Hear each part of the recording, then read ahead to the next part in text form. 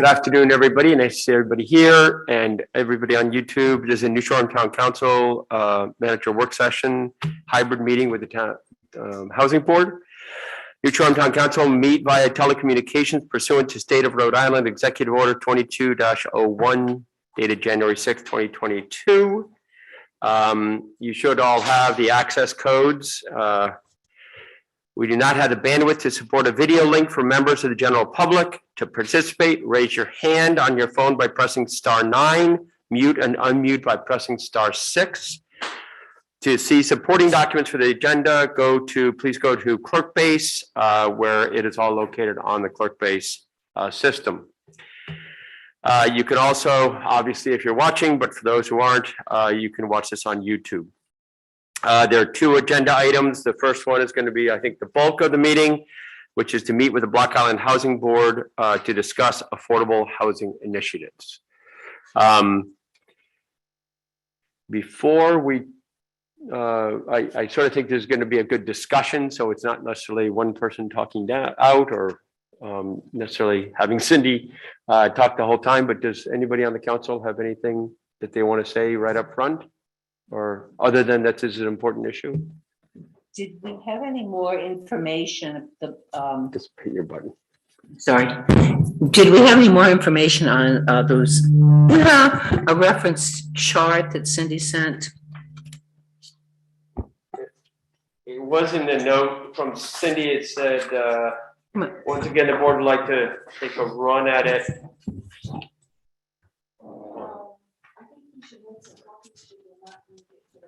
But that is the chart that should have been included.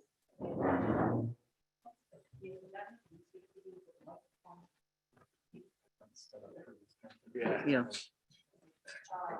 I didn't see this. Yeah. That'd be good. Actually, Cindy, you sit here. I thought you guys were running this meeting. We don't know. We clearly don't know what we're doing. I just have one.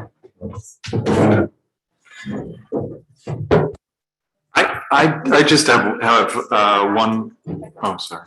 They're not in the box. Okay, I just cleared mine out. Here you have this stuff. Oh, this is just. That's just the state. Okay. I thought this was more. Any other questions from town councilors? I do. Yeah, because I think this stuff does end up sort of dovetailing over time.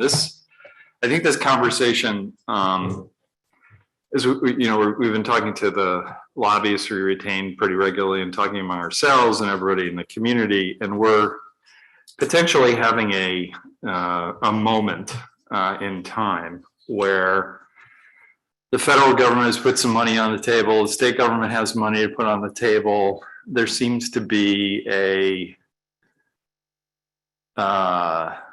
moment in state and federal government, and I think we're having a moment in our community where there's always been consensus around needing housing, but I just think we are having a moment. So, like, I have a bunch of questions because I haven't sat through one of these before, but I just wanted to say it's not because, I think the island has done a terrific job, but if we have this moment and this opportunity, let's sort of figure out if there are resources, how we would deploy them and how that would all work. So that's all.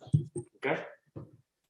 Yeah, I'll just start. But before I left today on the 4 o'clock news, there was yet another story regarding an additional reservoir of money that's out there from the state of Rhode Island that I just first heard of.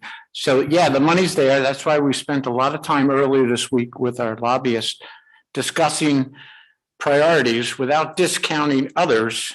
We did spend an awful lot of time on the affordable housing issue to make sure we get as much money as possible to address it on Block Island. And part of that responsibility or job we gave our new lobbyists was not only to obtain money when possible, but to change the mindset upstairs or upstate that we're not just this affluent island out in the middle of this gated community out to sea, and we really don't need the assistance. We do. Anything else? Martha, you good?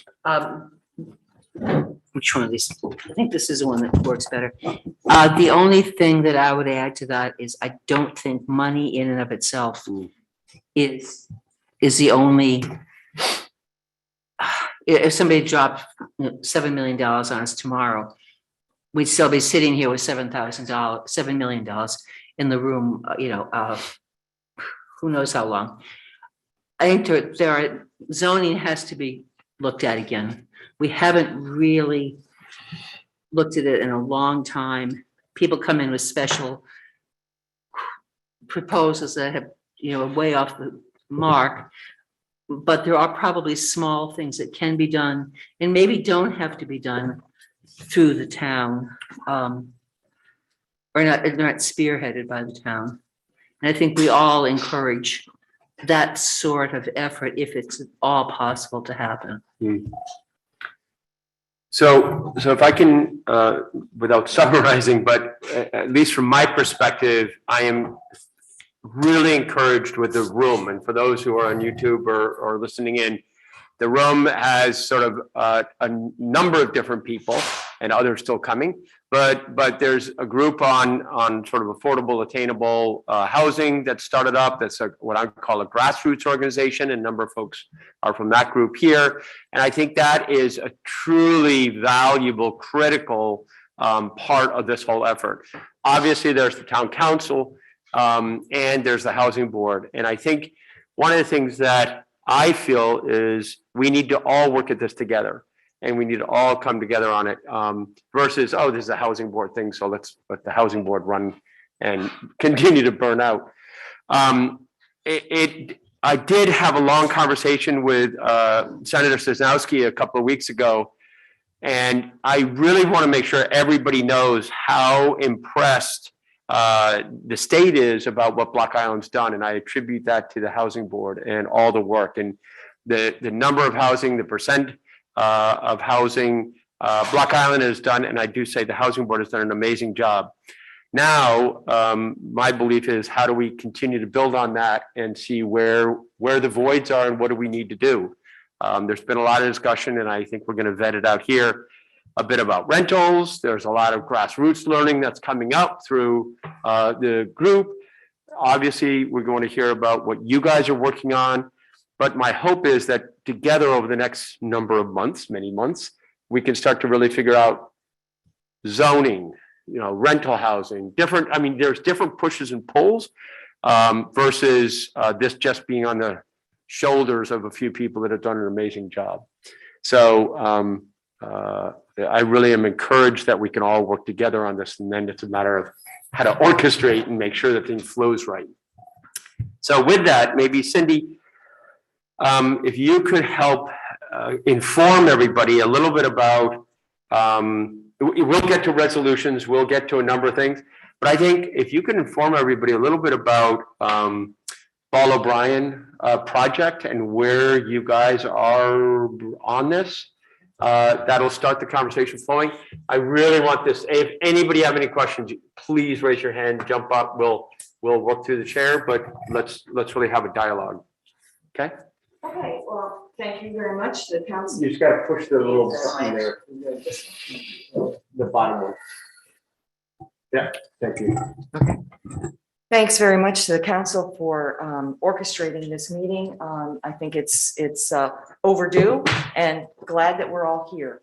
The sharing of information is really important, and I think our board, has had a number of projects. Right now, we are looking at 2.5 acres over on the West Side Road. It was a sale to the housing board from the Ball O'Brien family. And without their generosity, we would not have been able to afford it. So kudos to the family for affirming the need for affordable housing on the island. We are in the infancy stages with this project. We have had preliminary information from Allison Ring, Jen Brady Brown, taking a look at the property, what the zoning is, what we might be able to do there. And their direction is that we have the potential of up to 16 units. We have town water, town sewer there. We own the property outright. Now, we just are starting to work with an architect. Some of you may know Barbara Bester. She's been a long time visitor out here, and she has just purchased, I believe it's closed, the Chris Hobie's family's farm on Corn Neck Road.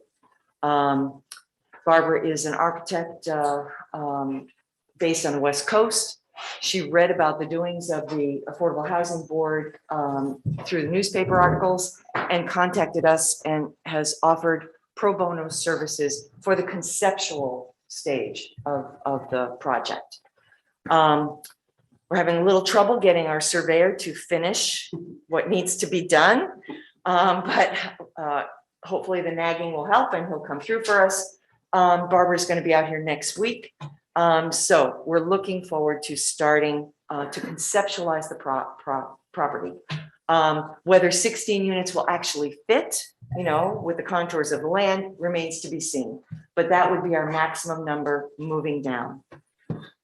In terms of the board and the direction of the board for the use of that property, whether it's rental or whether it's sale, we're still pretty open-minded.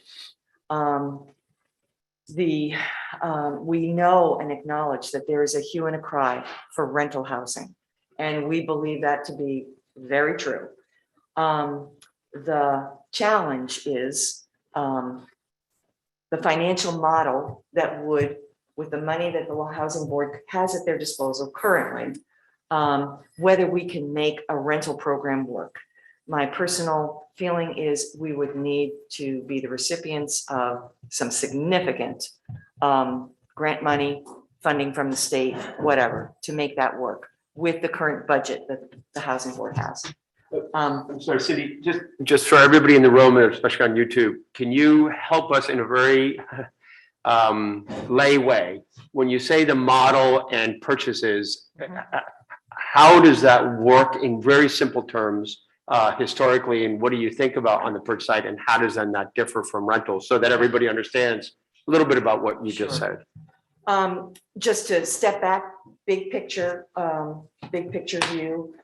Since its inception, I would say rough numbers, back of the envelope numbers.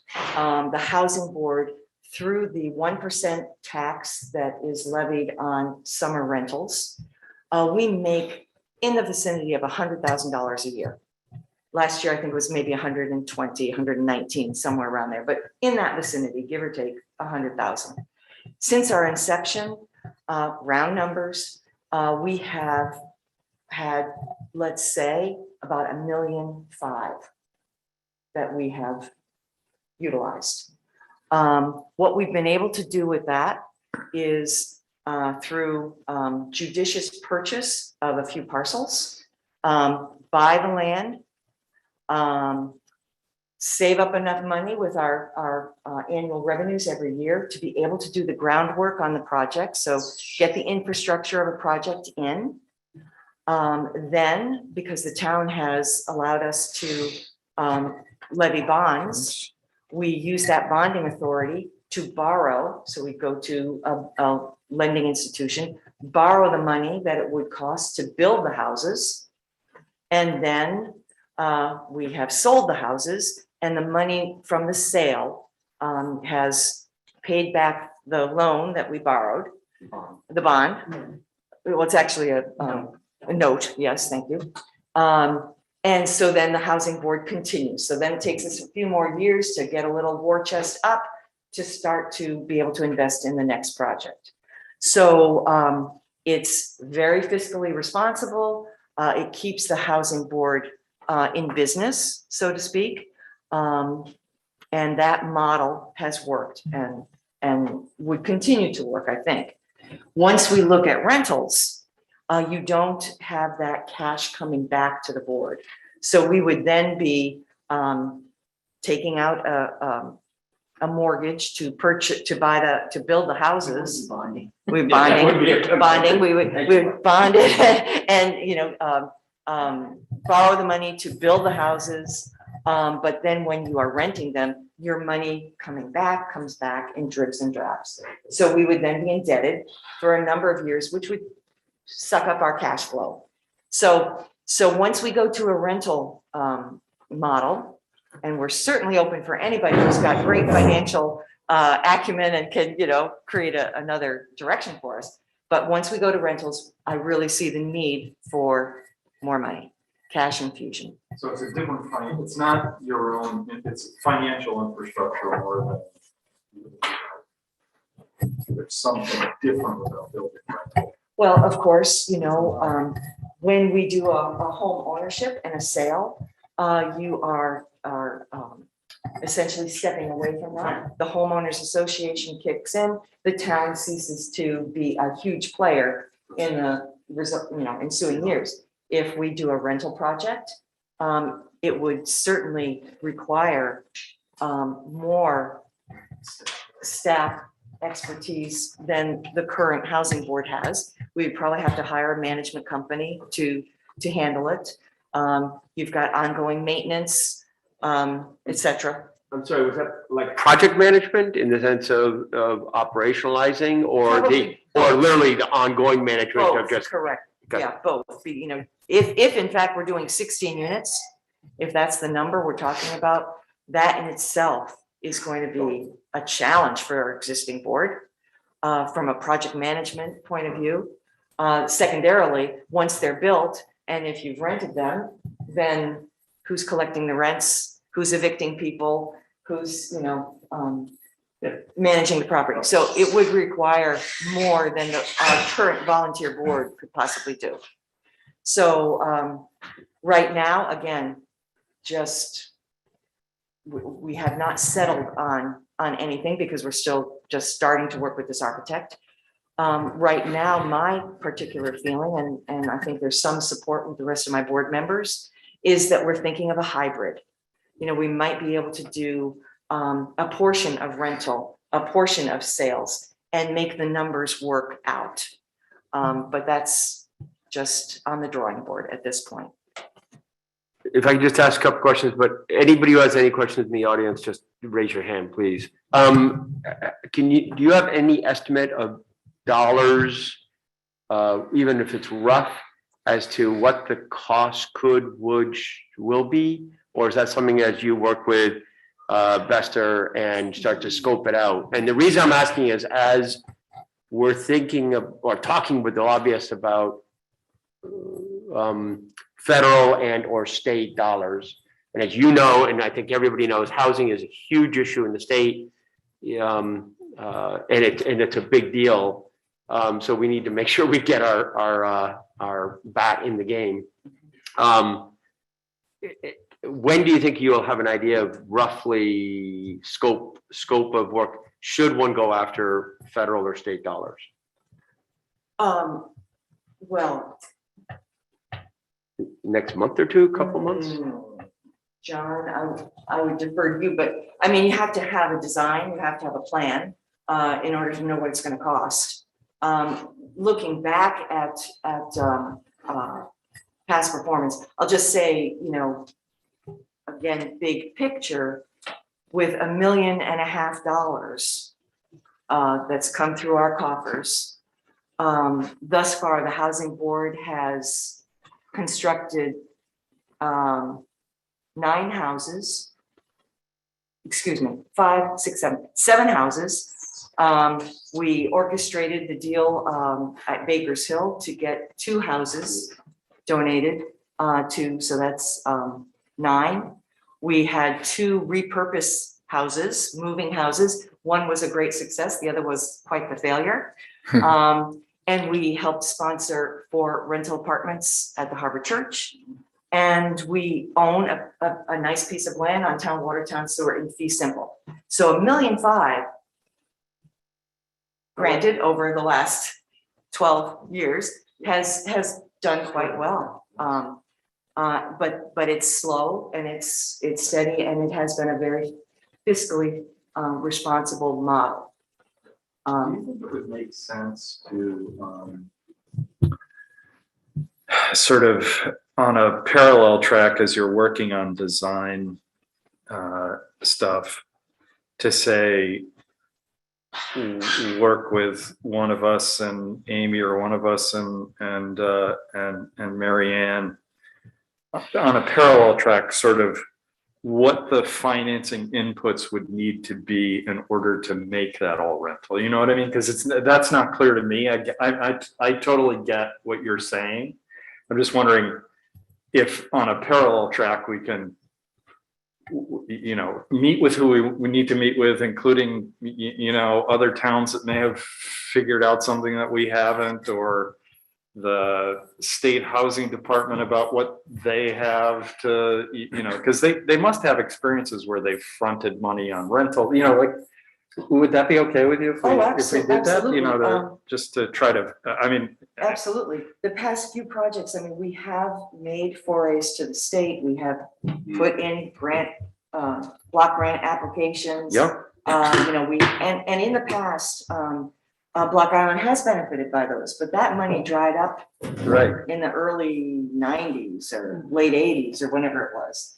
And then, you know, our good work, the town collectively, we're one of the few communities that has reached that 10% threshold. I've talked with state people. Heidi Tarbox has searched for grants for us in the past. The state, quite frankly, basically said, you know, we have more significant Sure. problems in other communities Right. than yours. Yep. And also that, let's just say they had a $500,000 grant to give to somebody. That $500,000 will go a lot further on the mainland. Sure. You know, $500,000 gives me one unit. Right. And Absolutely. they are trying to get the biggest bang for their buck. So we don't fall very high in the Yeah. state's rankings, but I think we should continue to push in that direction. I mentioned previously to Mary Ann that new tax that is in effect is putting a couple more percentage on recording fees for all real estate transactions. That money, it's the state legislature is taking that money, giving it to Rhode Island Housing specifically for housing. Now, I don't know what that's going to generate from Block Island, but I bet you it's going to be at least $800,000.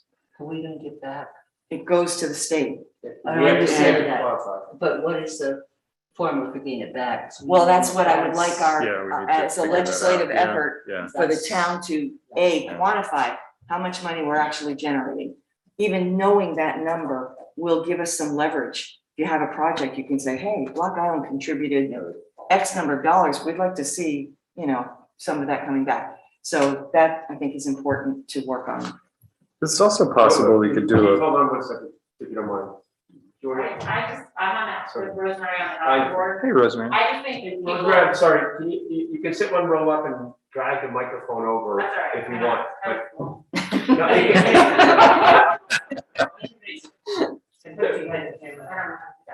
Okay. I'll talk. So I'm on the housing board also, and I think we're talking, you know, within, I think for people listening or for other people, there's a lot of misunderstanding on how it all works. And the formula and the 1.5 is what's subsidized. So like when we get the loan and it's paid back, that's not, 1.5 didn't build all those houses. That's the subsidized part. So I think it's important for people to understand that. It's not like. We leverage that 1.5 to Exactly. So create. like when they buy the house, it doesn't pay it all off. No. It's subsidized by the house. So I think it's important for people to know that, because it's not just like a number, and we buy the houses and then we're paid back completely. It's Right. Right. the 1.5 has been the subsidized amount that's gone to the houses. Yeah, again, back of the envelope numbers. Every house that we have bought, have built is subsidized by the housing board and the town to the tune of $200,000 to $300,000. So I think that's important for people to know, that it's not, we don't get paid back the full amount. No. You know, it's subsidized by the housing board, which is why it's affordable for them. Correct. Yeah, Yeah, and the then housing since I'm board up here already and we're talking about rentals, I think my bottom line with this project is it's already a dense area. We have it, we own it. We should try whatever we can to figure it out. Because it's a need. So I know it's not our formula and I know it's gonna be difficult, but we've done difficult things before and we've done it. So I figure it's going to have my 2 cents a time. Thank you, Rosemary. Thanks. And I'm on board, I'm doing that. As Rosemary and Cindy clarified some financial misinformation, another thing to remember is these federal or state or wherever this grant money is coming from, oftentimes has stipulations on it. When I was on the board, I used to call it subsidy extortion, because yeah, you get the money, but here's what you had to do as a result of it. It's that the large print giveth and the small print taketh away. So we have to keep in mind what works for us out here, because some federal, state grant money might stipulate that any and all can come to these houses on Block Island, whereas we know we'd like to address, not being exclusive, but we want to address our needs for Block Island. Thank you. One thing that's striking me, and I believe, Mary Ann, you're meeting with lobbyists on Friday, is that right? A week from tomorrow, a week from Friday. Oh, a week from Friday? Okay. One of the things we should probably talk to lobbyists is to, what are the numbers they need? What are the structures they need? I know we're going to talk about priorities and all that, but I think if they need project scope within 80% or whatever, I think the sooner we can come up with a rough number, a general number, and maybe there's some scenarios of 100% rental, 50-50, zero, whatever the scenarios are. I think that would be important to try and get to much faster than normally if we're going to try and go after those dollars. But we should just figure out, what timing there is. Because the worst would be, we're all going down one road and they're saying, well, we just need to know, is this a $3 million discussion or $3.5 million? And I don't know what they need. Sorry, John? John, make sure the mic's on. Wait, there's a switch on top there. On top, the little, yeah. Now it's on. How's that? Beautiful. Okay, John Spear, also a member of the Housing Board. While we're specifically talking about Wall O'Brien, I just wanted to put 2 more things on the table. We have spent quite a bit of time talking about options and different models for that project over the past year. One of the things I'd like to point out is that rental units can be sold. In other words, we could create rental units and some other entity could buy them. And that would be a relatively simple, straightforward way to get quantification on it and get the management of it out of the Housing Board's purview. So that was one thing.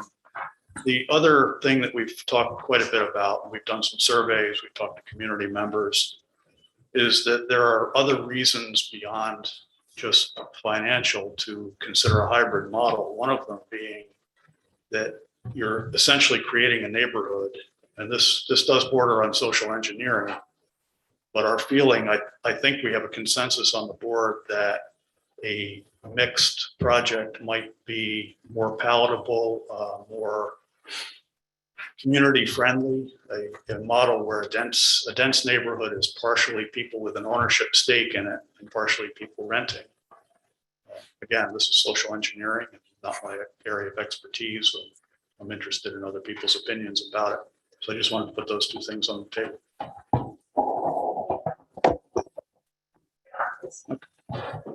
So I was going to say earlier, Sorry.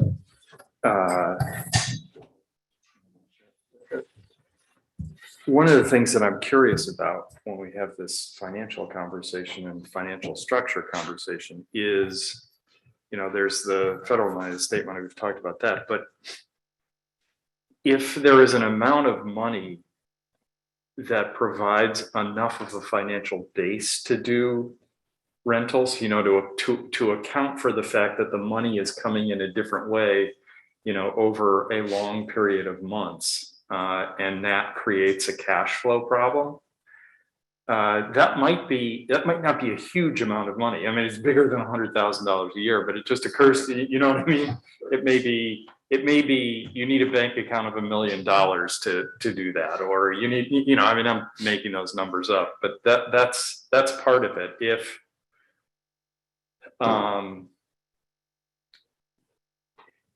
you know, it's just not clear. I don't know how the rental deals get put together, so I just, you know, I want to learn that. Anyway.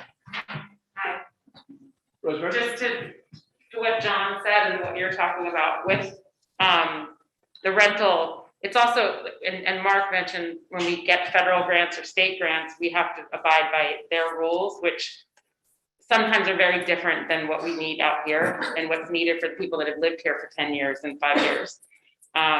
You know, if someone can come from the mainland and get a job and get a year-round apartment at this, you know, that might be something that's not, you know, so if we could keep it, you know, subsidized some way and keep it so that we don't have to follow those, you know, we could sort of, and like, I don't want to be exclusive by any means, obviously, but I think it's important because I think with the surveys and the opinions that we've been getting from most people, they want some sort of restriction, like a 5-year, you've lived here for 5 years year round or something like that. And I think that that's something we can't forget about when we're talking about the money. That's kind of one of the things I was Yeah. thinking about when I was considering that. Yeah. You could do an influx of town capital that would make up that sort of cash flow shortfall, if you will. I'm not sure that's the right term. Then we might have more flexibility to say, you know, whatever, these are for small business owners in town. And it might, You know, it might be in some I think the goal, oh, go ahead, Martha. I do sympathize with the sentiment and I hear what you're all Yeah. saying, but I do want to say there are federal fair housing laws. Yes, That Yes. we need to be, Yeah. in tune. And it's a slippery slope. We do, It's a but we slippery slope. also have to recognize that what we want is, you know. Understood. I understand. A sustainable year-round community. And That's the whole goal. Exactly. But I mean, at the beginning, when I was sort of talking without, I thought there was gonna be more information. I know they're the land use has been putting together a listing of all of the housing that's out here. And which I think, when you actually have the numbers in front of you, like even the numbers that Cindy had, which is only a portion of it, they're much higher than you expect. But as far as rules and regulations go, don't you've had standards, you've had all of these things. I mean, we don't really be reinventing the wheel. This has Right. been done. We haven't had, I don't believe we've had problems with you know, the great influx that was feared when the very first project that was done way back, it was CDBG money. And that never materialized. It did not materialize, but, and I may be wrong, but my understanding is that, if we are building units that we want to count towards the town's 10% threshold, that, we can put certain limitations in terms of they have to be a Block Island resident, but you can establish residency pretty quickly. The last 2 projects that we did, in speaking with Rhode Island Housing, and the projects before that, you have to advertise in the state that there are Available. units, low mod rental units or units for sale are available. And if you are a Block Island resident, you can apply. So the thing is, our threshold levels, when we are talking about low and moderate income people, our thresholds are higher than many communities on the mainland. So for instance, we sold at Cherry Hill, we sold 2 units at $250 and 3 3-bedroom units at 325.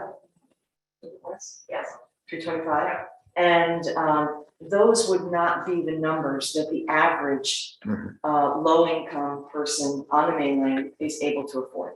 So there's a kind of, it self-selects because of our pricing structure, but still, we need to conform with the fair housing laws, and it would have to be open to Block Island residents. And I think one of the things I'd like to chime in on is, I think we do need to continue to work towards the percent, and 10% are building towards that, but there may also be efforts outside of that. So, one is to make sure from a housing board point of view, and that's maybe under certain restrictions, then there's housing that may just be housing offered to create a sustainable community. Yeah. And so I think there may be two potential pods there, if that's the right word for it. I also don't want to try and problem solve here. I do want to continue to identify those big issues. So clearly, go ahead, Martha. I said one question. We talk about this all the time, but do we have a definitive number on where we are with the I'm just going to call the 10% number? It is a moving target, but. I don't know what the state is giving us right now, but in terms of percentages, but in terms of units, we have 20 at West Lane. If somebody could add this up for me, I'd appreciate it. 20 at West Lane, 1 at Sea Winds, 7 on Beacon Hill Road, 2 on Bakersfield, 2 on Champlin Road, 4 on Pilot Hill, 8 on Old Harbor Meadows, 5 at Cherry Hill. In addition to that, there are 16 units of rental at East Earls Ball, and there are 4 at Harbor Church. I think that's the list. Now, the state does not acknowledge all of those. Right. And that's part of the Two pods. legislative effort to give it another go to give us a little more wiggle room. But that is the total number of units currently that. Yep. have there.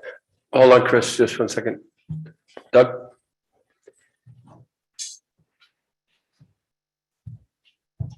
When the housing board started out, as long as we didn't take government money, we were able to make our own rules up to a certain point. Was that correct? Yes. Once we took government money from the feds or the town or the state, the rules became much stricter. And secondly, some of those Beacon Hill homes are off the charts now because they've been beyond 25 years. That I was think my it's 30, I question. thought it was 30 Yeah. years. 30, well, then Yeah, they're, we're not quite there yet. then you're a year or two away anyway, so some of those will not be counted. Well, they have the potential to not be counted if they sell. And this goes back to the social contract that. Hold on.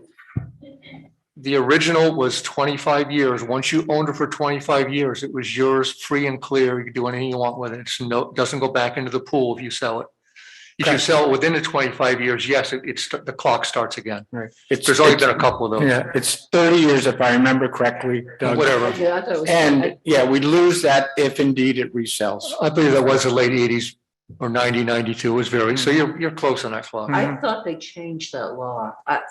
Yes, now we are restricting things in perpetuity. Yeah. But Beacon Hill Lane was, I believe, the only one that had the 30-year restriction because it wasn't allowed to do it in perpetuity for whatever reason at that time. But And- and the law has that's- since changed. And I'm gonna say this flat out. I think that's gonna come, when it comes to the point where some of those people can sell those houses. If they're selling them for $1.5 million, why are we even bothering to make this effort? I would hope, and the reason. That project stands alone on what they could and could not do I know, then. but I still think that. And just as an aside and an FYI, the housing board went to each and every one of those 7 owners and asked if there was anything they could do for them as a trade-off to replace the 30-year stipulation with in perpetuity if more square footage was granted, blah, blah, blah, or a monetary number was given to them to keep them affordable or attainable in perpetuity as opposed to 30 years. And we were unsuccessful, but we tried. That was what I was looking for. Yeah, But we it's tried to. only those. I don't know, I Let's keep- understand let's it's only keep- those keep- houses, but Doug? Just the other half of my point is once you start taking Rhode Island and federal funds, your rules will change. Mhm. They'll be much stricter. Okay. And Martha, I think the Beacon Hill is the only one where the time clock is going to run Yeah, out. Nobody I else is know. going to make I know money. that, I'm just saying, I think everybody should be aware of it, and That's a good point. I think it's a huge point on the commitment of the people who have so benefited to this community or not. And I think some of them very much committed to this community, if not all of them. If anybody, hold on to this, John. If anybody knows the answer, let me know. But now, if we were to take state, federal, I don't care what, town money for a certain project, but not for other projects, we can still keep that free and clear. In other words, we can apply the funding towards different projects versus say it's a blanket. Is that correct? Does that make sense? I'm not quite. So in other words, just because we've taken federal money or we may take federal money, if there are rental units at Paul O'Brien that aren't part of the federal money's program, aren't under those same restrictions for those units. I think if I am understanding you correctly, the answer is yes. The funding would be site specific. Yeah. A project specific, site specific. Josh, go ahead. Chris, okay. Hi, Josh Maldonado, local guy. So I have a question about revenue raising, like you're saying. The 1% fee that's collected right now, that's unrelated to federal or state funding, correct? Correct. And how is that 1% fee collected right now? Every year, the housing board sends out a form asking everyone to respond. If you have not rented your house, you check off the box, we haven't rented the house. If you do rent your house, then you are to submit 1% of your gross rental income to the housing board. It's, yeah, And that is just for short-term rentals. It does not apply to hotels. It does not apply to long-term or year-round rentals. So it's really trying to target the transient short-term rentals, vacation rentals. got it. Now, so it's almost, so if you receive this paperwork, it's possible that some people may not even fill it out? It's possible. It's possible, right? Yeah, and not only possible, it's probable. Is there a- could it- yeah. We have felt that the return rate was statistically significant. I'm not prepared to say Bonnie Ryan used to keep it pretty Tight. Yeah, tight. So I don't know right now, but statistically, we had, like correct me if I'm wrong, it was in the 90 percentile of responses. So we felt pretty good about that. Is there But a it is- possibility? There's not a lot of, there's no direct oversight on that. It is it's an honor system, thank you, yes. Is there a way to get this, to have it done preemptively rather than on the current honor system? To have real estate agents be required to collect the fee? Well, and let's not problem solve here. Or at least the goal of this would be to identify Yeah, I opportunities. just want to know if that was even a possibility, yeah. Or if that's legally binding, like wouldn't even, Yeah, I don't know about that. We'd have to get some legal, We can look into it. stuff, and- and you also have to get the support What's the of the real benefit? estate community. Yeah. That was a bit of a deal breaker So- when we went through legislation for them to collect it, so probably not. I think it had to come through the town. What she's saying is the return is substantial enough that they don't really want to touch on that. Everything is going well enough. right, I don't know about other, just as an aside, I don't know about other real estate agencies, but we give all of our homeowners a 1099 at the end of the year, which, they have to submit to the government. And with that paperwork, we also figure out for them what their 1% fee is. Yeah. And, you know. Help them along. Yeah, so I think, you know, I think some of my other colleagues do the same thing. And, you know, just people, for the most part, have been very responsive and supportive, and I think our income stream demonstrates that. And what's the exception, the 6-month exception right now? For what? If you're exempted from collecting the from giving the 1%, it's, Is it 6 months? If you guys more than 6 months. Yeah, something like that. So I it think wasn't that's online. intended, it wasn't intended to be a burden on folks that were already renting yeah, to year round, you know, creating year round, providing year round housing. okay, So it doesn't apply to that. all right, thank you. Thank you, Josh. Chris, I'll get that, sorry. I'm not sure, Could you just announce your name? Arlene Tunney, Thank you.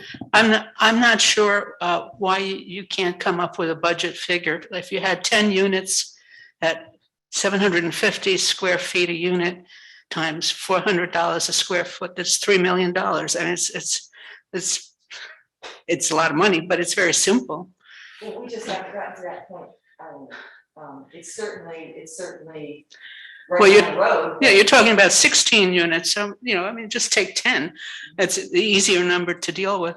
And the other thing is, there's no provision here for seniors, senior citizen housing or accessible housing. I mean, we have at least one family who needs accessible housing. So I think that needs to be addressed. And there are agencies both in Connecticut who work in Rhode Island or in Rhode Island who will be happy to manage projects like that and help with the funding. I designed the first housing for handicapped Vietnam vets in West Haven, Connecticut. And it was done with one of these agencies. And it worked very well and the budget came in well, so. Perfect, thank you. Thank you very much, Arlene. And I think your point on accessible and seniors needs to be one of those islands that we don't lose sight of, definitely. Chris Warfel, do you have comments, thoughts? Chris Warfel. I just wanted to let you know that we did close that survey that we had online, and we are still taking paper surveys at the Crack Mug and at the community forum. When that happens, we will take additional paper surveys. We're at 102 English survey responses and 5 non-English survey responses. I've been just starting to go through the data, and if you take out people that did not sign, which was a total of 4, and people who actually have houses or a stable living environment, we're at 84 responses. So we have 84 people that the survey was intended for. And we'll get that data out. Right now, there's just a lot of Excel spreadsheet craziness going on. And I'm a little rusty. So we're doing that. I also just wanted to make a point that I don't think most of us are looking to undo the past, put silly string back into the can. What we're really trying to do is go forward. We're not trying to undo covenants or anything like that. So to Martha's point, like, why are we doing this? It's because we need to do something different. And going forward, those entities that have conserved land or have responsibility for land may be able to change their mission statement, alter it, so that it is more accommodating to people who live out here around, year round or need affordable, attainable housing. So that's what our goal is, I think, just speaking for myself. So I just wanted to make that point. Thank you very much. Thank you. So Chris, that was very much the answer I was looking for. Thank you. So I think there's obviously a lot of passion, a lot of energy. Marianne, if you can definitely talk to lobbyists, figure out the scope and scale thing, we can try and come up when you meet with Barbara and John and others, and just coming up with some rough numbers or whatever is needed. And I think, based on this, I'm sure everybody's got a lot of direction, but clearly, I think your meeting, Alicia, is on the 8th. Is that right? Is it forum? When's the forum? Okay, date's not set yet? No. Okay. You know, leave the maps. I think we decided we should have those maps first, and we really need to make formal notations. No, that's fine. Whenever it comes up, I think that will be a really interesting time because we'll all see a need and at least a different view of what the needs are.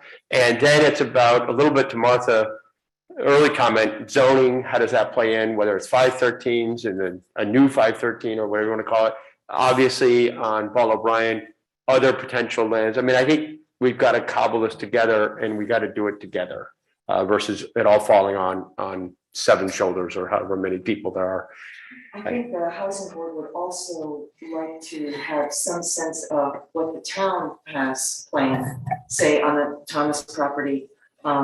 You know, so that we can Yeah. see if there's a balance, you know, we should not be working at cross purposes. We should see how the whole thing. Faulkner property possibly too. Yeah, you know, what is, where the town has certain pieces of property that they are Yep. are contemplating, and having that info would be real helpful. We to have us. money that the town has approved down at the end. Approved. Yes. Right. I don't know where that is. Maria, you want to? Yeah, could you? That question pretty frequently. so. I think on both. The Thomas property, right now, is the property that hasn't been renovated or constructed on, which is the next step. Currently, in fact, we just had a meeting earlier today with Jen, the police chief and facilities director, about the Thomas property and what we plan to do there. There's about $800,000 in funding left. Keep in mind, there's an MOU with that property and it outlines the hierarchy as to who that property can be made available to.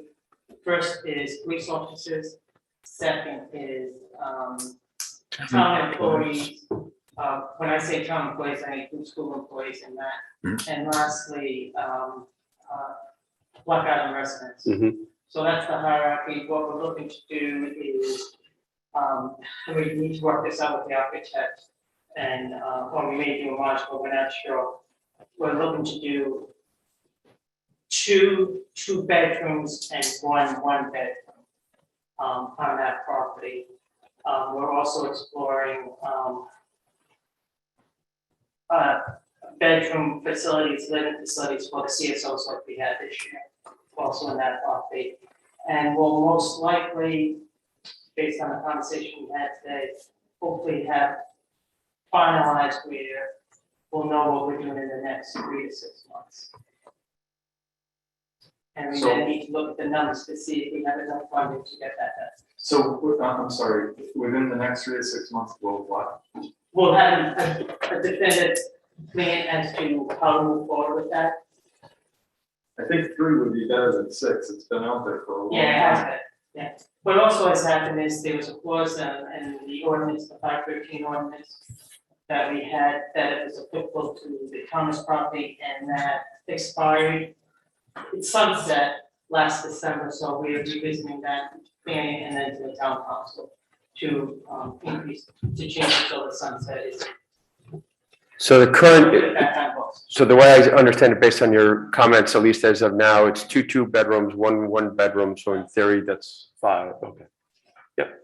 I'm sorry, and run it by me again. 2 bedrooms and one bedroom.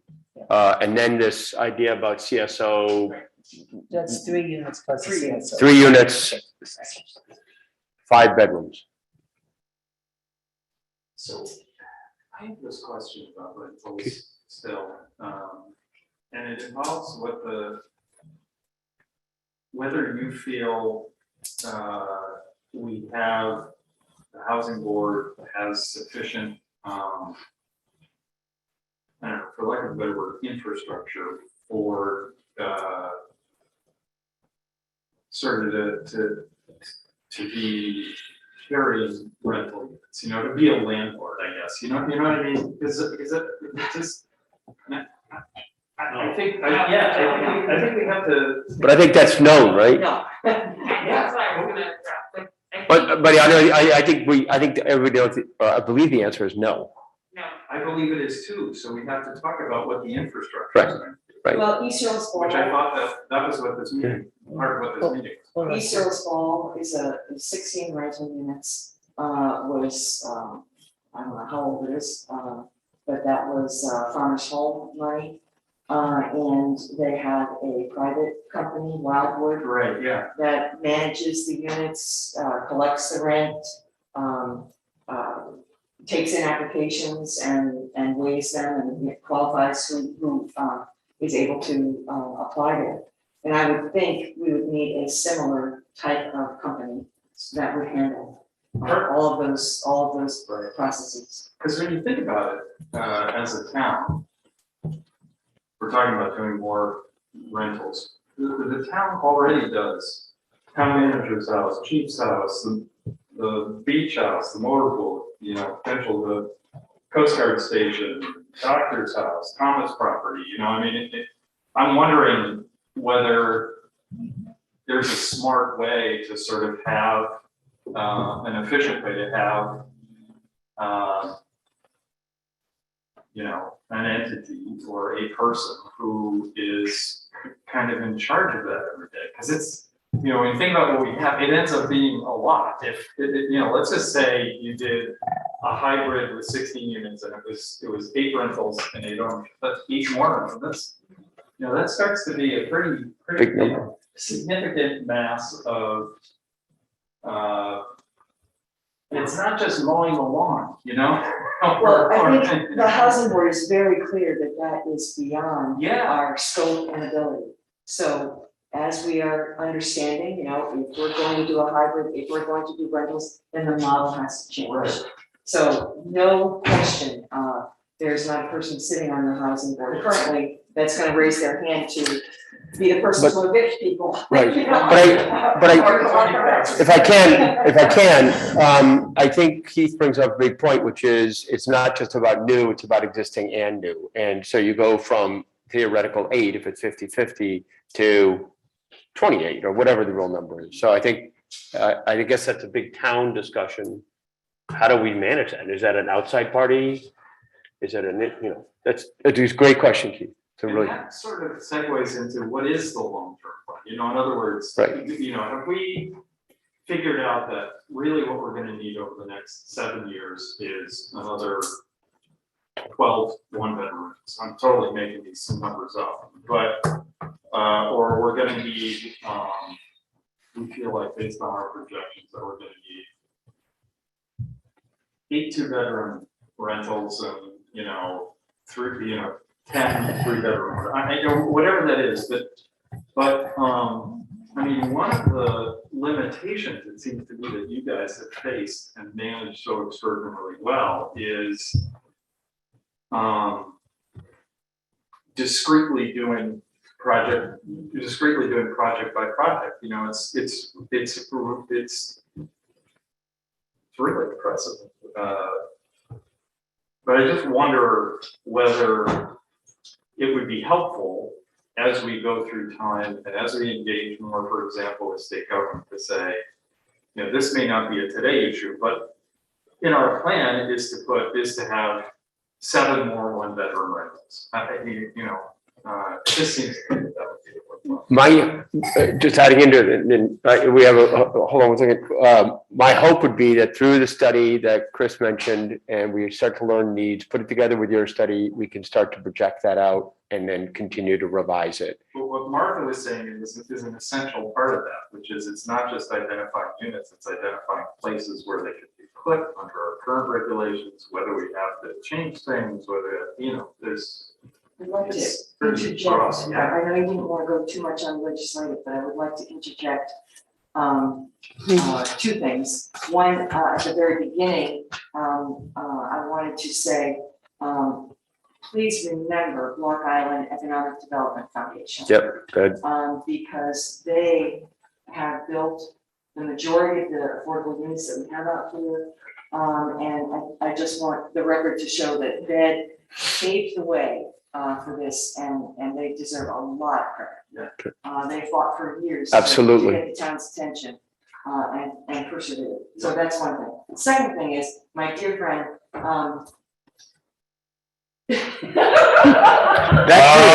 we've all done that. That deer, huh? Charter board member on the housing board. Doug and I were having a conversation and he had a great point that would, just a light bulb went off in my mind. Doug, you want to talk about 513? Because I think that is, We can go here, but then Kristen Bauman also has had her hand up for a long time, so we'll do that in a minute. The biggest provider of year-round rental housing on this island is the private public. Yep. You have over 50, Tom Rism did the survey last year, there's over 50 legitimate by the books year-round rentals, and they were done with no town money, no town oversight. That law has only been on the books for 25 years, I think. I think you went on the council to put that on the books. Kim Gaffett came up, well, I want to say Kim, but, and it's been the best thing. If you want to do one on your property, it's a money loser.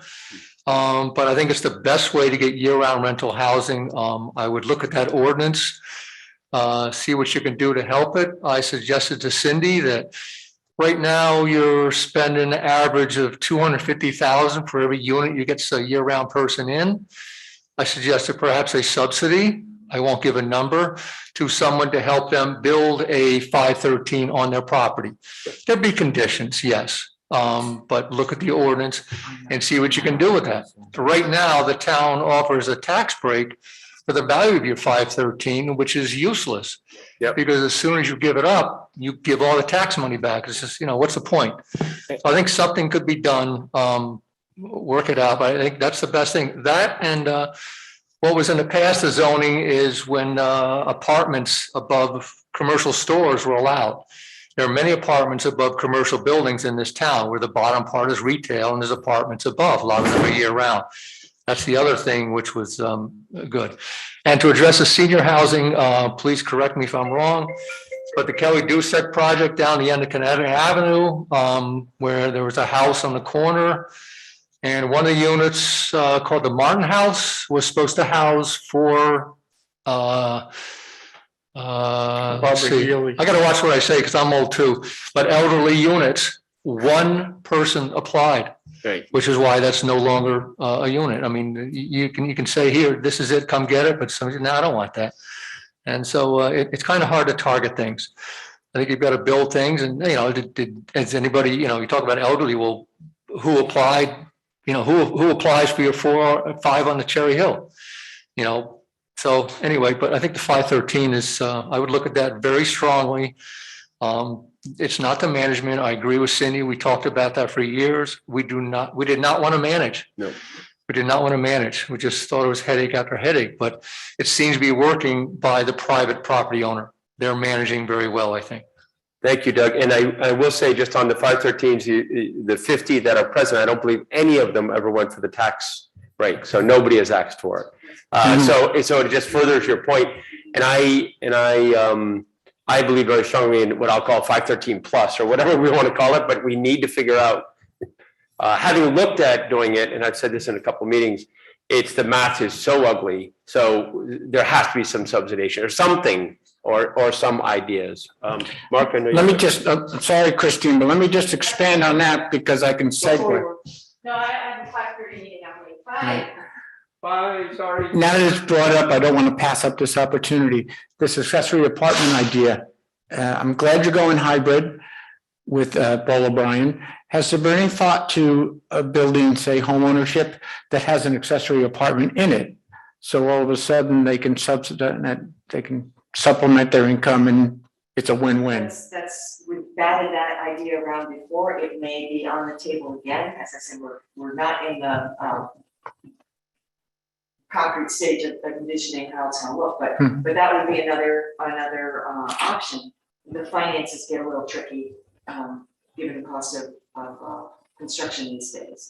A bit of history on that. 30 years ago, accessory apartments were prohibited at Beacon Hill because at that time they were being so abused, but it might be something to revisit. Well, I think they're still being used in places, but but I've always thought, like you said, putting the revenue stream in for the homeowner. And it's kind of what Doug's been talking about. It just seems it ought to work. you know, a lot of things ought to work. I don't know if it would or not, but I think it's good. Well, I definitely think the 513 is or 513 plus is a huge thing, but I also, many years ago, a number of them were in buildings that were already present. And so you took the garage and had the apartment, or you had, you know, an extra unit or something like that. Now, a lot of those houses unfortunately are being acquired and people don't want to have that 513 anymore. So some of them are going away.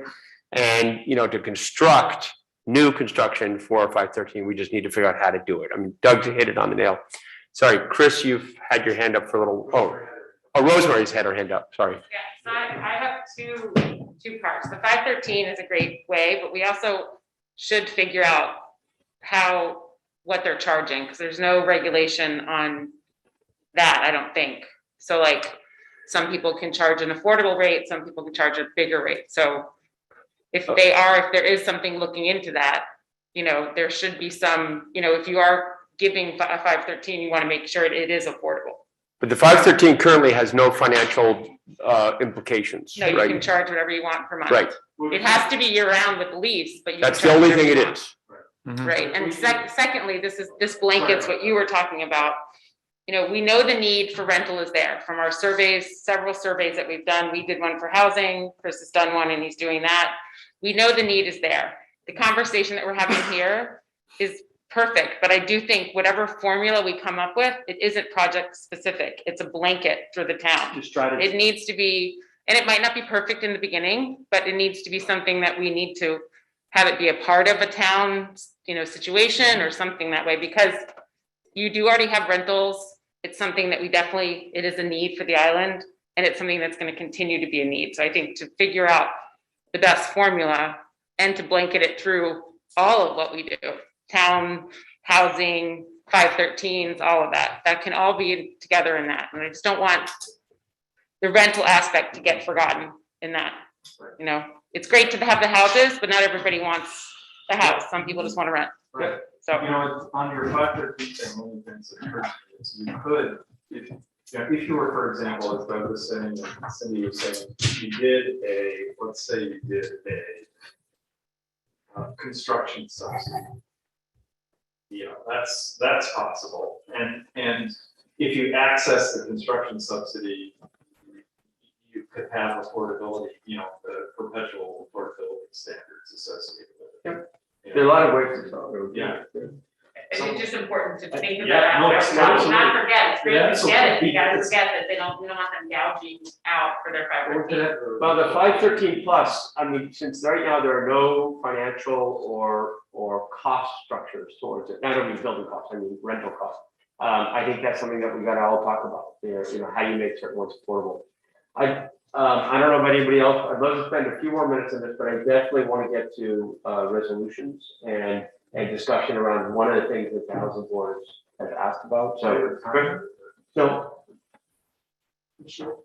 Yes.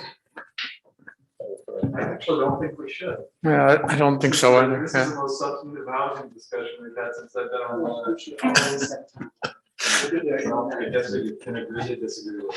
It's good to hear that there seems to be some agreement on a widespread range of options, you know, not one solution, because that's not going to work. You know, 501c3 hybrid plus whatever. And what you just mentioned, I know I've had meetings with people with respect to funding, creating a revolving fund that would help fund the construction of apartments or affordable housing places for people, attainable housing, apartments, whatever. So I think that's really important. And I think also as part of this, I would ask the town to look into, since we need many options, what would it take for the town to create a housing authority, you know, state legislation or whatever, and just give us an idea of what it would take to do that, because that may be one arrow in the quiver of solving the problem. And it's better to start now on looking down that what that option entails instead of after the fact. Chris, just while you're there, don't, for everybody who may be listening, when you say housing authority, can you just sort of embellish a little bit about what those words mean in your mind? In my mind, a housing authority would be a town agency that would oversee the, I'll say that the maintenance and operation of town-owned structures, whether it be a house or an apartment or a condo, whatever, the options that we gave people selected them all. What it would take to have that, so that, first of all, in my mind, it has to be self-supporting, either through some taxpayer subsidy or by its own right, that it could actually be supporting financially. But what would it take to make that legally possible? And I believe in my mind that it would take state authority, but I don't know. Okay, thank you. Okay, just want to make sure it's on the same page. There's a template for that too, right on Nantucket. Other thoughts and questions around the sort of the general, I think we've covered a lot of water and around the general idea. I'm really excited about the Ball O'Brien, what I've heard today, and now we got to help figure out how to help and work it out. Other thoughts and questions about this? Yeah, I'll just say that I think we're in a consensus that zoning would be a good way to approach getting more done. And I can hug a tree with the best of them, but I'm hoping that we start turning the tables a little bit and start thinking more of people conversation, conservation out here, not discounting land conservation, but people conservation.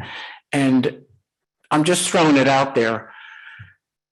There's an opportunity, if you're so generous and so wonderful, like so many have been out here with their donations or selling for pennies on the dollar their land, to direct that towards potentially being used as affordable housing. So I'd like people to keep that on the menu of possible uses for open space out here, and maybe even revisit that land we already have and see if it can be portioned out for affordable housing if we go back to those generous donors and see if we can change the terms a bit. That's just another thing that hopefully gets us the land that starts the ball rolling. Mary Ann, do you have anything you want to add? I know you've been active, so. Oh, sorry. Oh, hold on one second, John. Mary Ann, do you want to? Oh, no, no. Okay. John?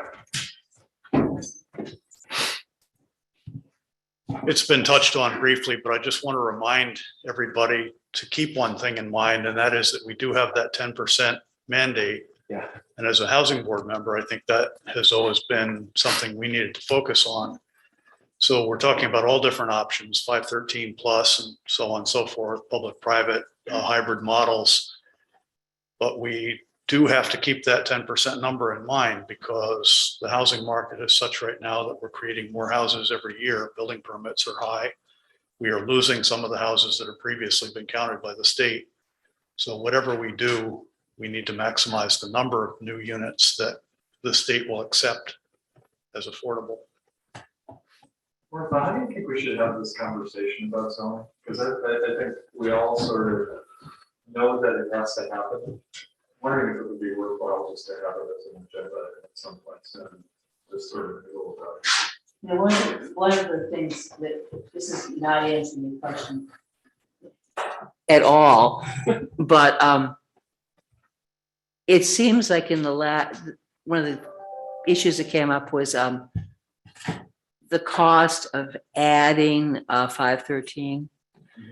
And it feels like, it seems like to me at least, over the past few years, there have been significantly more houses being torn down and rebuilt.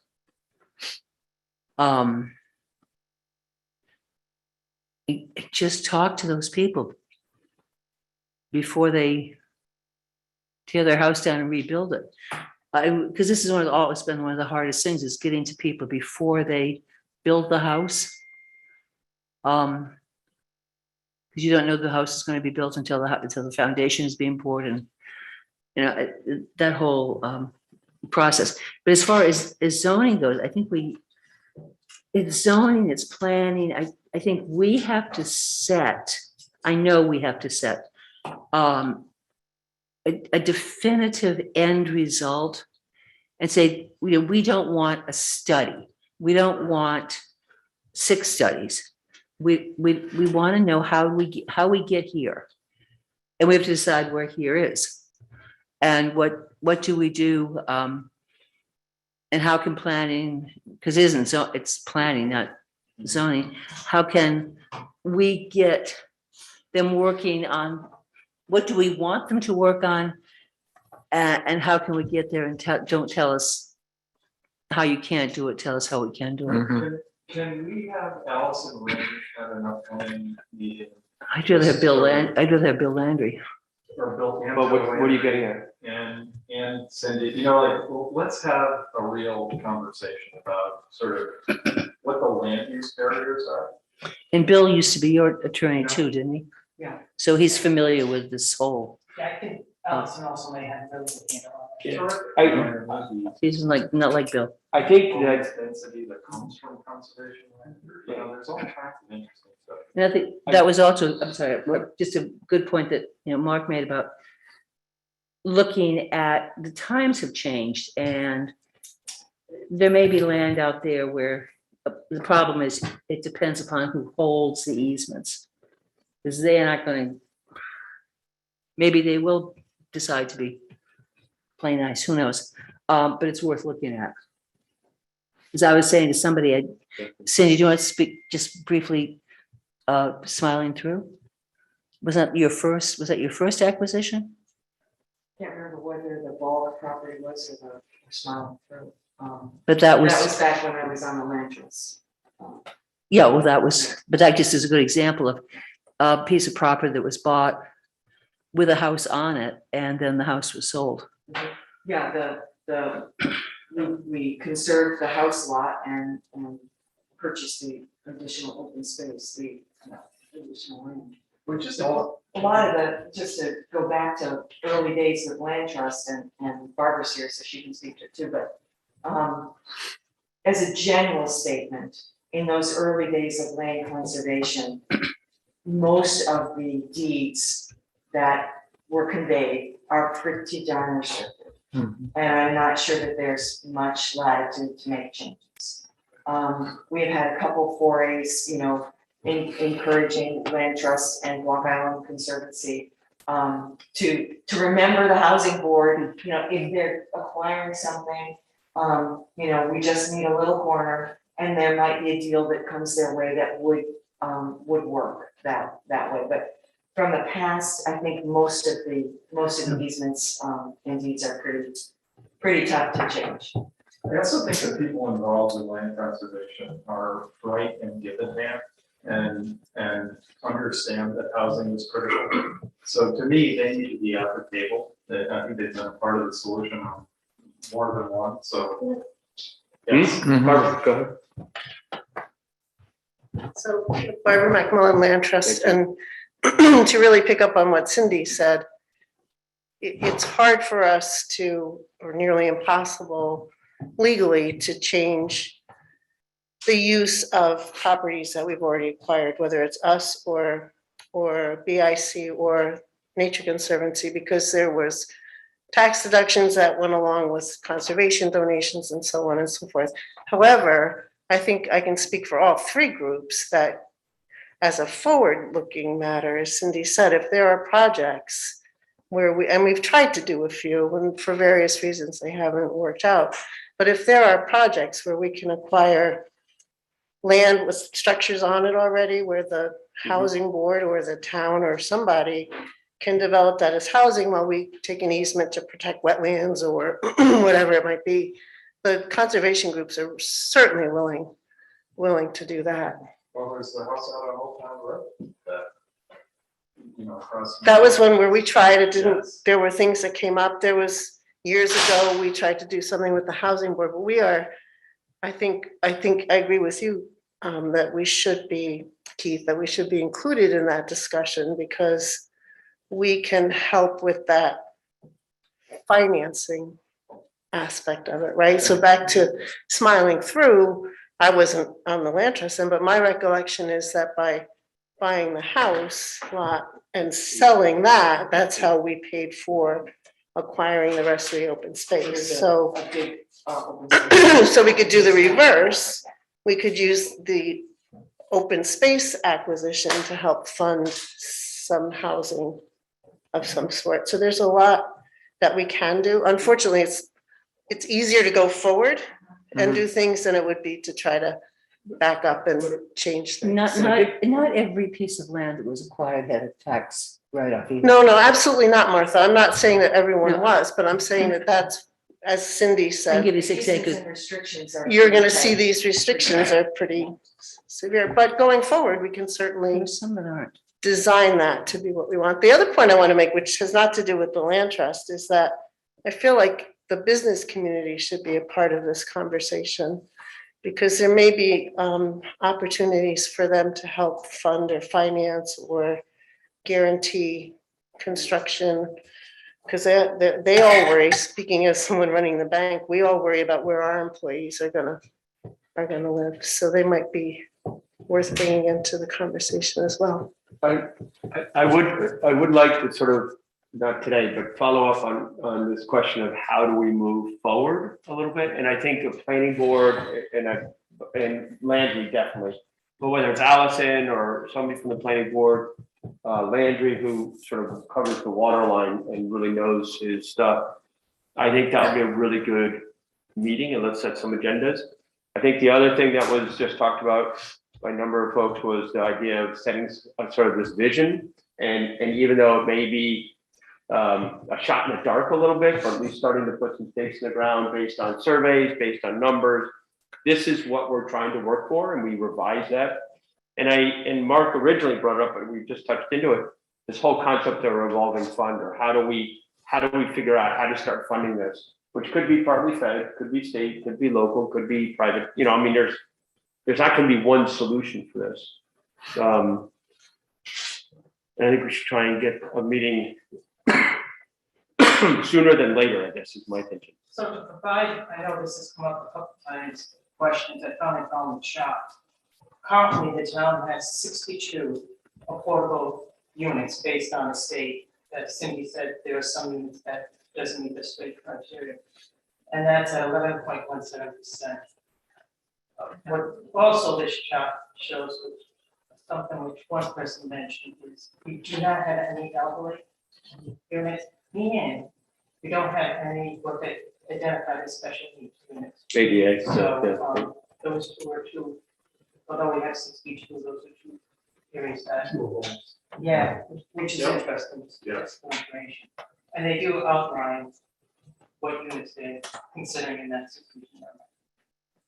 And I think I actually have that meeting, and I do think we really should think about, while we don't necessarily, well, I don't know, it'd be an island discussion about density and increasing density, but I think in certain circumstances, or you start to work into footprint or coverage, lot coverage, et cetera, how do we have the ability to, whether it's the 513 plus or something, how do we start to build that into a program?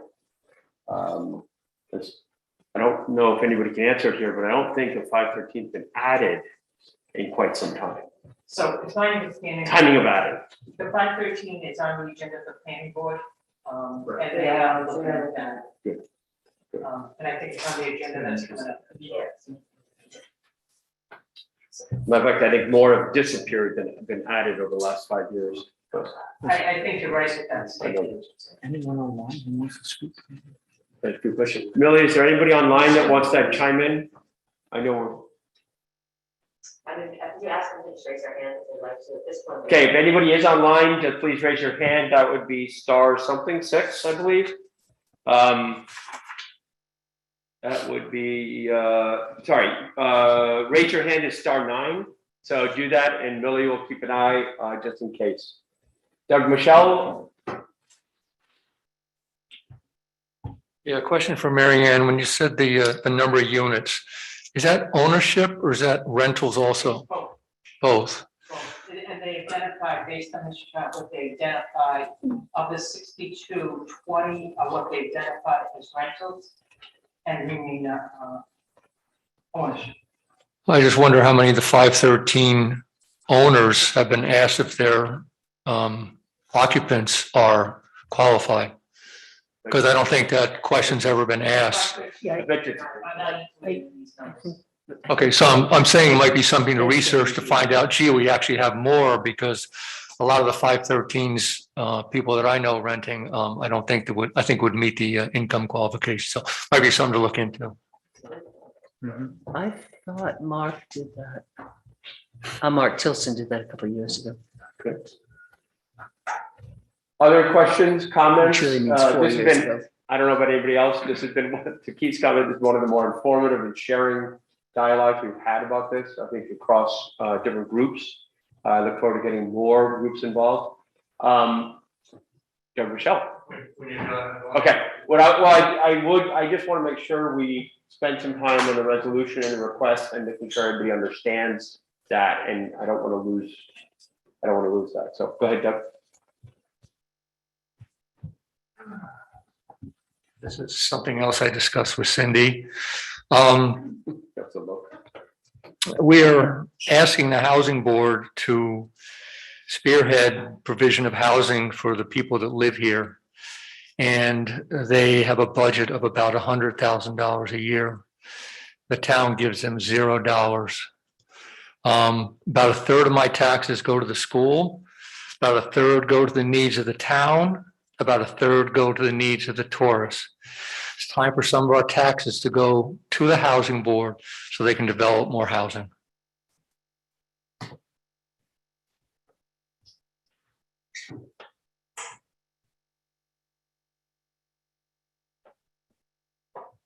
Yep. And that, I mean, when I look at personally, as I look at all the funding opportunities, clearly, whether it's a bonding, whether it's a, allocation of the dollars, how we do it, we need to figure out how to start putting more money to the folks. Mark, you sort of phrased it as people, Conservation. people conservation. And I think that's, how do we start to fund that? And we can't count on grants, from the Fed necessarily. I will say that RIPEC, which is a big thing about budgets, just came out with a study. And I'll tell you, from the capital point of view or state point of view, you look at Block Island and we're not that high priority for housing. When you start to look at expenditures, growth per capita, so we have to figure out, one of the things we talked about with the lobbyists the other day was how do we start to change the map? How do we change the mindset? And start to inform people, but that's a long term, and I think we need much shorter term actions. Keith, anything else? I just want to acknowledge three groups.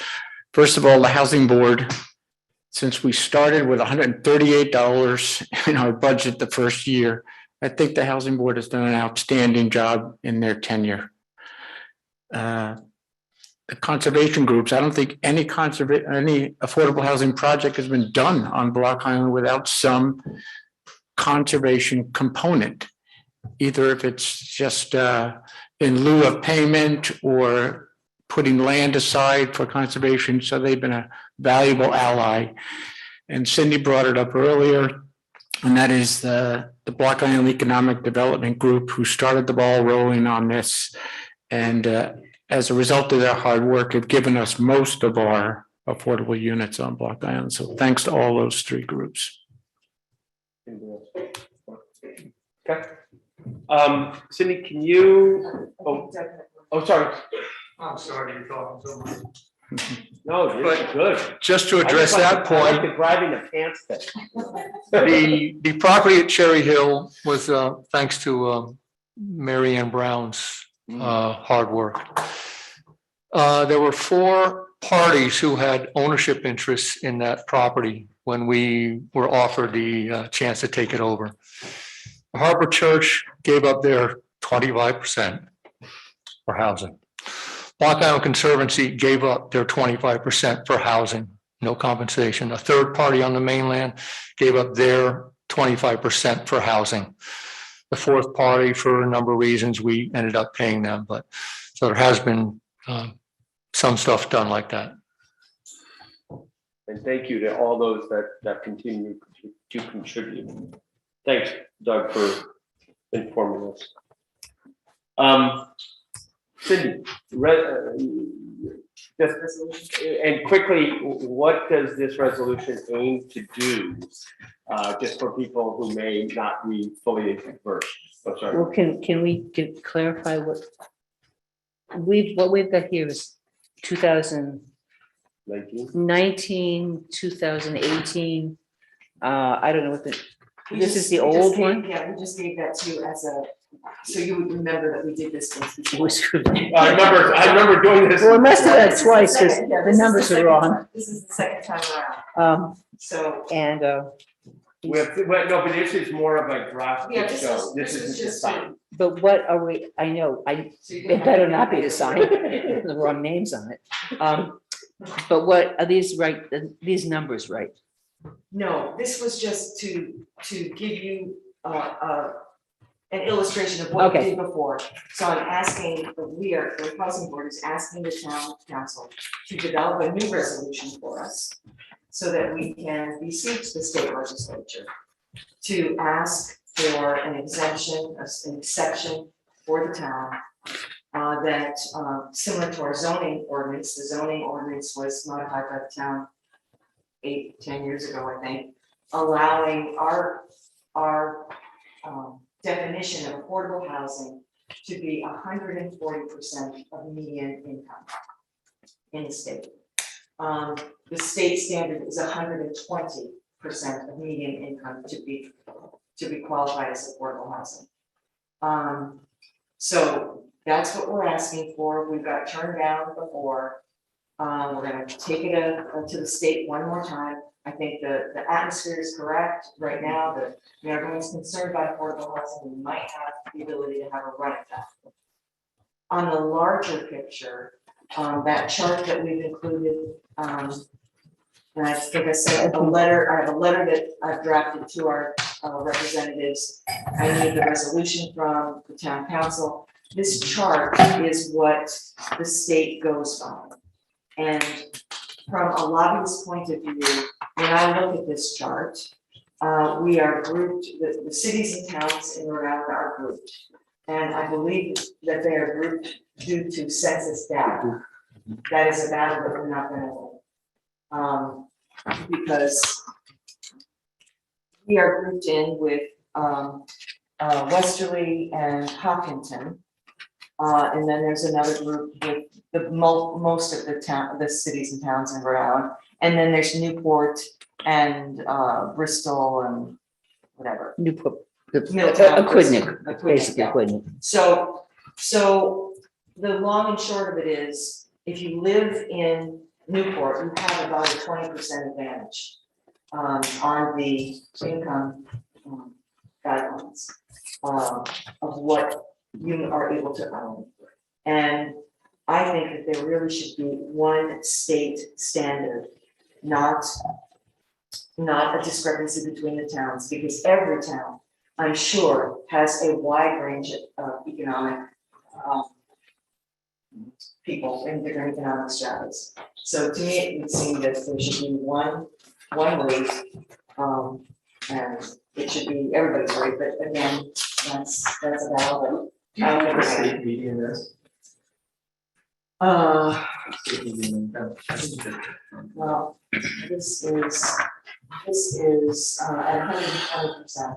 This is the number that they use, and it's based on size. Could you repeat that number for everybody? If you are, let's just use four-person family. If you live in Barrington, Bristol, Central Falls, blah, blah, blah, and you have 4 people in your family, you cannot earn more than $103,800 and qualify for affordable housing. If you make more than that, you cannot apply for affordable housing. So that would be if you live in South Kingstown. If you live in Newport, you can make $126,950 per year. So there's a big discrepancy, depending upon the town that you live in, what the maximum income is. And we are trying to, reach low and moderate income people here. And that low number for us makes it hard, it disqualifies a huge number of people that. You wish would it love could to- wait it by the median. Yeah. Keeping conversation. Just to explain it to people that don't know Thank what you. they're talking about, it's a cap and it's a combined income. So Yes. just for those out there trying to, that don't know about this all the time, we don't want to think that we have to make that money to get that. It's No, a that's the cap cap. and it's combined family income, And I, It's one person's the family or it can be one person, but It's different if it's different. 1, 2, 3, 4, 5. It's- Yeah, it it- goes up depending on the number. of 1 people to in the 8. family, but The cap is the the important ratios piece are the of it. same. The ratios are the same. So anyway, we would like to ask the state to give us an exception to allow for Block Island people to make 140% of the median income and qualify for. So do we need to redraft this? Yes. Yep. So Mary, I'd love to have it on the 16th if we can. At least I'm looking at a lot of heads nodding. I know Martha's already started to mark up a copy, so most of it's pretty obvious. If you could help us with those two numbers, Cindy, just to make sure they're as current as possible. You got it, sorry.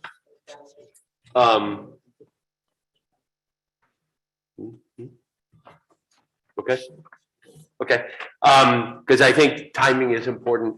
I also think there's something as we talk to, or you and Andre, talk with the lobbyists, not just about the resolution and the numbers, but really about the concept. And again, how do you explain it in a way so that when they start to look at it up for the state, it's not just Block Island wanting this. It's there's a reason for it.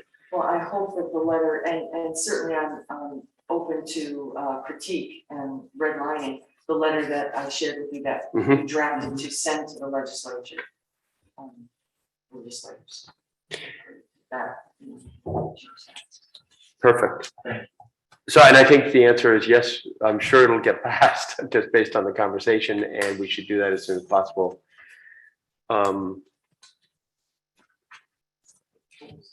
I do have a question. Keith. And I don't mean, so Cindy and the Housing Board drafted a 2-page letter. It's very descriptive and very detailed.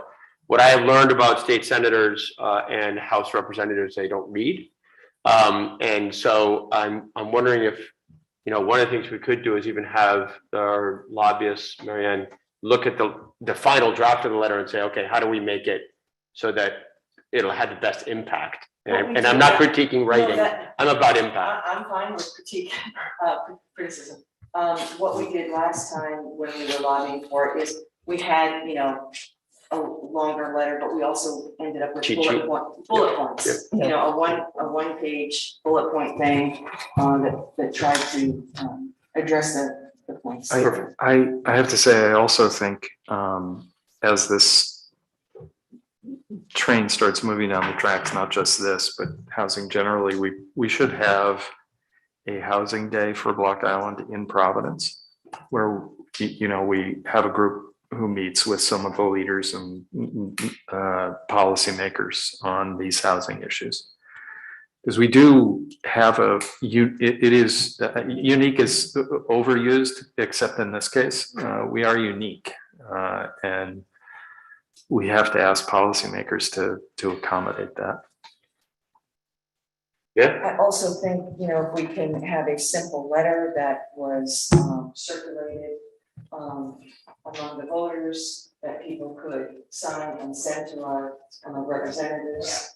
Byra has approached me and asked specifically, and we'll get them on this train to, they're ready and willing to support us, and a letter writing campaign could also And I think, yeah, and I think the letter writing campaign should be multi-front, or we want focus, of course, but, you know, I also think that there's some dollars that are gonna be out there in the next year that we, in typical fashion, based on everything I've seen over the last few years, we wouldn't get a dime of.